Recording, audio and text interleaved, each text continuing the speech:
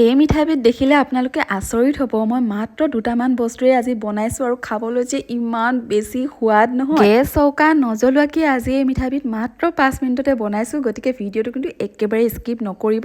আহক দেৰি নকৰি ভিডিঅ'টো আৰম্ভ কৰোঁ। হাই এভৰিৱান, আসসালামু আলাইকুম। মই জিনা জাহান। আজি নতুন এটা ৰেচিপি ভিডিঅ'লৈ আপোনালোক সকলোকে স্বাগতম জনাইছোঁ। যিহেতু আমৰ বতৰ, সেইকাৰণে মই প্ৰথমতেই লৈছোঁ আম, কাৰণ মেইন ইনগ্ৰেডিয়েণ্টটোৱে হৈছে ইয়াতে আম। মাত্ৰ এটা আমেৰেই কেইবাটা মিঠাই বনাব পাৰিব। আলহী আহিলে আপোনালোকে 5 মিনিটতে আলহীক বনাই পেলাই দিব পাৰিব আৰু আলহীয়েও কিন্তু খাই পেলাই বহুতেই বেছি ভাল পাব, কাৰণ আজিকালি যিহেতু চুগাৰৰ পেচেণ্ট আছে, মিঠাটো খুবেই কম খায়। গতিকে আজি মই চেনি ব্যৱহাৰ নকৰোঁ।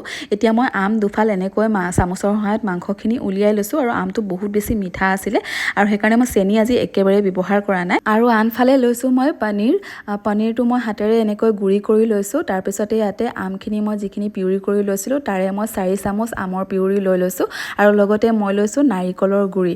নাৰিকলৰ গুড়িটো মোৰ কিনাই হয় আৰু বজাৰৰ পৰা অনা শুকান নাৰিকলৰ গুড়ি। লগতে মই সৰু বাতিৰে এবাতি পাউডাৰ মিল্ক লৈছোঁ।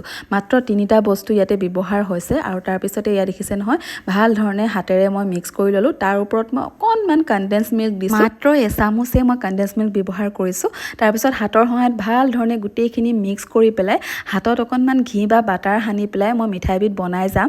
আৰু মই কৈছোঁ এই মিঠাইবিধ আপোনালোকে এবাৰ নহ'লে এবাৰ ট্ৰাই কৰিবই, কাৰণ ঘৰত যদি চুগাৰৰ পেচেণ্ট আছে বা মিঠা কম খোৱা মানুহ আছে, যিসকলে ডায়েট কৰি আছে, চেনিটো এভইড কৰে, সেইসকলেও এই মিঠাইবিধ খাব পাৰিব।